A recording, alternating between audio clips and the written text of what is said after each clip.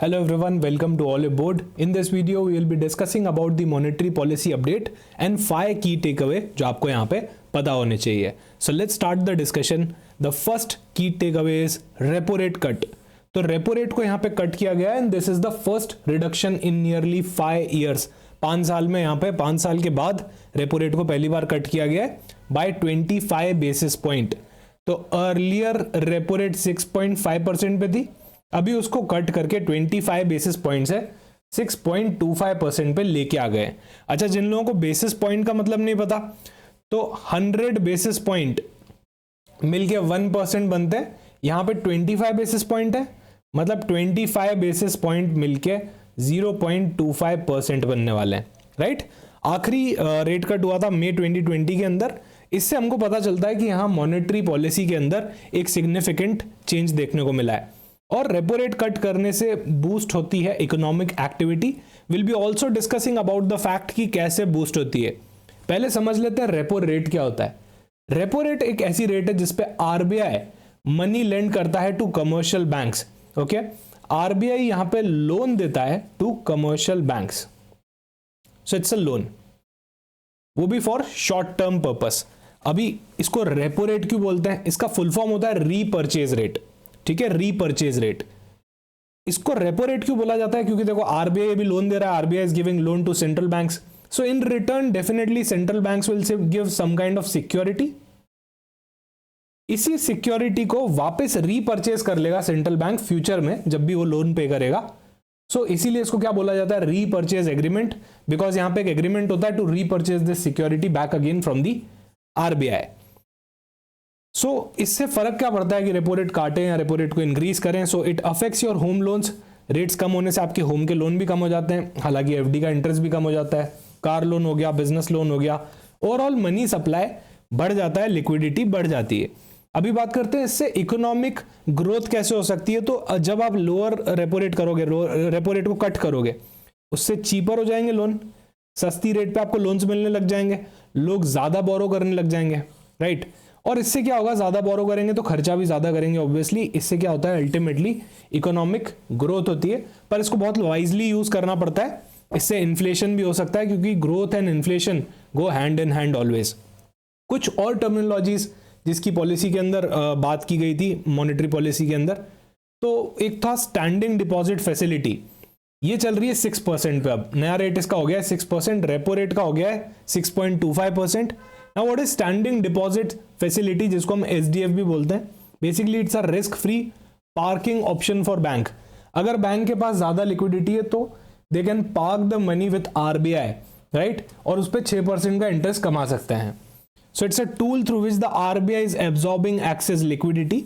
अगर बैंक के पास एक्सेस फंड्स है तो they can lend money to RBI, वो डिपॉजिट में रख सकते हैं, वो भी 6% के रेट पे.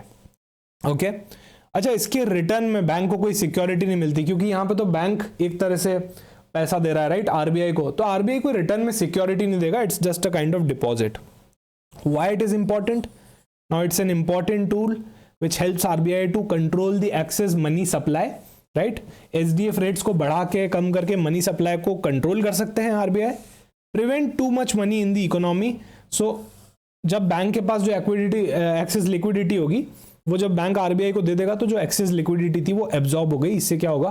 टू मच मनी सप्लाई नहीं रहेगा क्योंकि ज्यादा मनी सप्लाई रहने की वजह से इन्फ्लेशन आ सकता है. अगली terminology marginal standing facility. This is nothing but the emergency loan for banks. अगर किसी बैंक को ओवरनाइट फंड्स की रिक्वायरमेंट पड़ गई, कोई इमरजेंसी का केस है, राइट, तो वो आरबीआई से ले सकता है. नाउ क्योंकि अब इमरजेंसी का केस है तो यहां पर रेपो रेट से थोड़ा सा ज्यादा इंटरेस्ट रेट चार्ज किया जाएगा. MSF करंट रेट हो गई है 6.5%. It's slightly higher than the repo rate for obvious reasons, क्योंकि आप इमरजेंसी के केस में पैसा ले रहे हो, ओवरनाइट पैसा ले रहे हो, right. So let's suppose if the bank is suddenly facing a cash crunch, right, liquidity issues आने लग गए, तो वो ओवरनाइट यहाँ पे 6.5% की रेट पे MSF फैसिलिटी को यूज करके आरबीआई से पैसा बोरो कर सकते हैं. अब ये इंपॉर्टेंट क्यों है? क्योंकि ये short term liquidity problem solve कर देता है बैंक की, ताकि पैनिक सिचुएशन आए ही ना. So it prevents panic situation as well in the banking system. अगला take away number 2, growth largely stable. Growth is now largely stable, but subject to few cautious things. So the RBI projects real GDP growth for the fiscal year at 6.4%.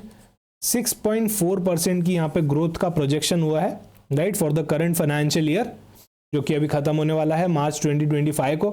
जिनको नहीं पता real GDP क्या होता है, तो देखो nominal GDP में अगर हम इन्फ्लेशन को एडजस्ट कर देते हैं तो वो क्या बन जाता है, रियल जीडीपी बन जाता है, राइट। तो ये इन्फ्लेशन एडजस्टेड जीडीपी होती है। अभी इसका क्या एक्सपेक्टेड रेट चल रहा है, 6.4% चल रहा है। पुराना इसका एस्टिमेट 6.6% का था, काफ़ी सारे इश्यूज हुए, उसकी वजह से रिवाइज फोरकास्ट हो गया है 6.4% का, राइट। अगले फिस्कल ईयर का टारगेट चल रहा है 6.7%, which is quite good, okay. अभी ग्रोथ भले स्टेबल है, growth is no doubt stable. The central bank still emphasises the need to focus on sustaining and enhancing the economic momentum. जो growth चल रही है एटलीस्ट उसको मेंटेन करो और धीरे धीरे उसको एनहांस करते चले जाओ, राइट। सो ग्रोथ यहाँ पे स्टेबल है, subject to the sustainability thing. Third की टेक अवे आता है इन्फ्लेशन इज रिसीडिंग, राइट। तो इन्फ्लेशन यहाँ पे कम हो रहा है। The monetary policy committee has observe that inflation has declined, inflation कम हुआ है, राइट।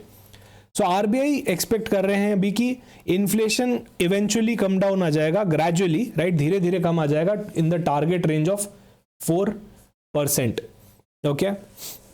तो यहाँ पे इन्फ्लेशन टारगेटिंग काफ़ी अच्छे से काम किया है डेफिनेटली इंडिया के लिए। आरबीआई ने बढ़िया मेजर्स लिए थे यहाँ पे रिलेटेड टू इन्फ्लेशन, और वो ग्रेजुअली उनका टारगेट है कि ये 4% को टच कर जाएगा आने वाले टाइम में। फोर्थ की take away is external sector remains resilient.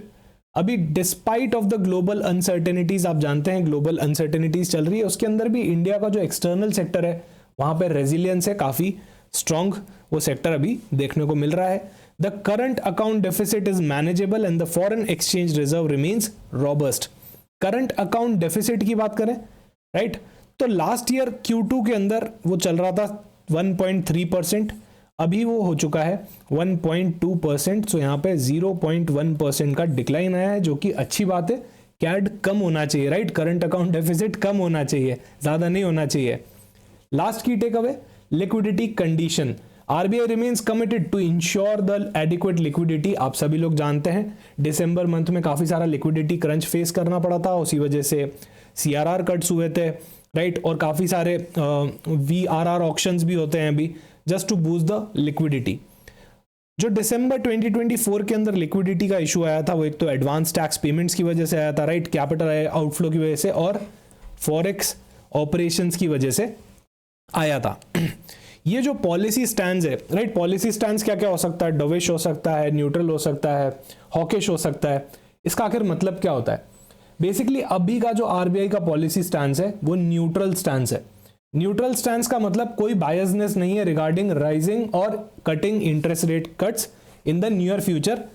Interest rate को बढ़ाने का या कट करने का कोई ऐसा इंटेंशन नहीं है इन द नियर फ्यूचर। वो स्टेबल रखना चाहते हैं और ये चीज़ एक फ्लेक्सिबिलिटी देता है फ्यूचर इकोनॉमिक कंडीशंस को। और भी स्टैंड्स होते हैं जैसे कि हॉकिश हो गया, एक एक करके डिस्कस कर लेते हैं। हॉकिश पॉलिसी स्टैंड्स का मतलब होता है कि हम फाइट करना चाह रहे हैं इन्फ्लेशन से, आरबीआई फाइट करना चाह रहा है इन्फ्लेशन से। इसमें क्या किया जाता है, या तो इंटरेस्ट रेट को इंक्रीज किया जाता है या फिर उनको कॉन्स्टेंटली हाई रखा जाता है। अगर ऑलरेडी हाई है तो उसको कॉन्स्टेंटली रख लिया, और अगर लो है तो उसको हाई कर दिया, just to fight the inflation. क्योंकि जब भी आप इंटरेस्ट रेट्स बढ़ाओगे तो जो ग्रोथ का सर्कल है जो हमने देखा था, राइट, वो उतना अच्छे से काम नहीं करेगा, उतनी ग्रोथ नहीं हो पाएगी।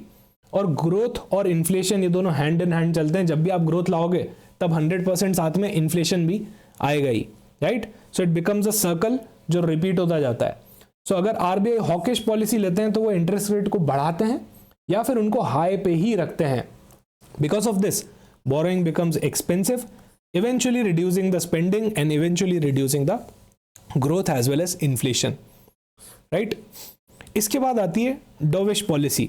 डोविश पॉलिसी का मतलब होता है कि आप ग्रोथ को सपोर्ट कर रहे हैं, राइट। ग्रोथ को सपोर्ट करने का मतलब आप इंटरेस्ट रेट्स को या तो गिरा रहे हैं, इधर you are cutting down the interest rates, या फिर आप उनको लो पे ऑलरेडी थी उनको लो पे ही रख रहे हो just to boost the economic growth. क्योंकि अगर इंटरेस्ट रेट कम होगी, जब इंटरेस्ट रेट कट होगी, राइट, कम होगी, तो ऐसे केस में लोग ज़्यादा बोरो करेंगे, ज़्यादा बोरो करेंगे तो ज़्यादा स्पेंड करेंगे, और ज़्यादा स्पेंड करेंगे तो ऑब्वियसली यहाँ पे आपका ग्रोथ बूस्ट होगा, पर इसके साथ में ही इन्फ्लेशन भी आ सकता है, राइट।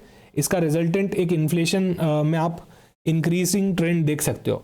सो अभी जैसे आरबीआई ने इंटरेस्ट रेट कट्स किए हैं, तो क्या ये डॉविश पॉलिसी हो गई क्या? नहीं हुई है, ये एक न्यूट्रल पॉलिसी स्टैंड है। This is a balanced approach. Okay, ये बैलेंस किया गया है क्योंकि यूएस के अंदर भी इंटरेस्ट रेट कट्स की बात चल रही है, हुए भी हैं, राइट। तो ऐसे केस के अंदर यहाँ पे न्यूट्रल पॉलिसी स्टैंड मेंटेन किया आरबीआई ने। This is not at all a dovish policy. RBI neither favours the inflation control nor the aggressive growth stimulation. यहाँ पे आरबीआई ने वेट किया है फॉर मोर इकोनॉमिक डेटा। थोड़े टाइम में और इकोनॉमिक डेटा मिल जाएगा तो उससे बेटर डिसीजन लेने के लिए पता चल जाएगा। This is a neutral policy stands. They can increase, decrease और keep the interest rate unchanged in the future. तो अभी ऐसा उन्होंने कोई स्टैंड नहीं लिया है पर्टिकुलरली हॉकिश और डॉविश को लेके, राइट। तो यहाँ पे सबसे इंपॉर्टेंट चीज जो आपको पता होनी चाहिए कि यहाँ पे रेपो रेट को कट किया गया है। The new rate is 6.25, right. इसको 0.25 से कट किया गया है just to boost the economic activity. Okay, so major चीजें हो गई। रेपो रेट क्या होता है, एमएसएफ क्या होता है, राइट, एसडीएफ क्या होता है, सारी टर्मिनोलॉजीज आपको पता होनी चाहिए जो भी मॉनेटरी पॉलिसी कमिटी के डिसीजंस में आती है, जो गवर्नर की स्पीच में आती है। Thank you so much for watching this video. मिलते हैं किसी और वीडियो के अंदर।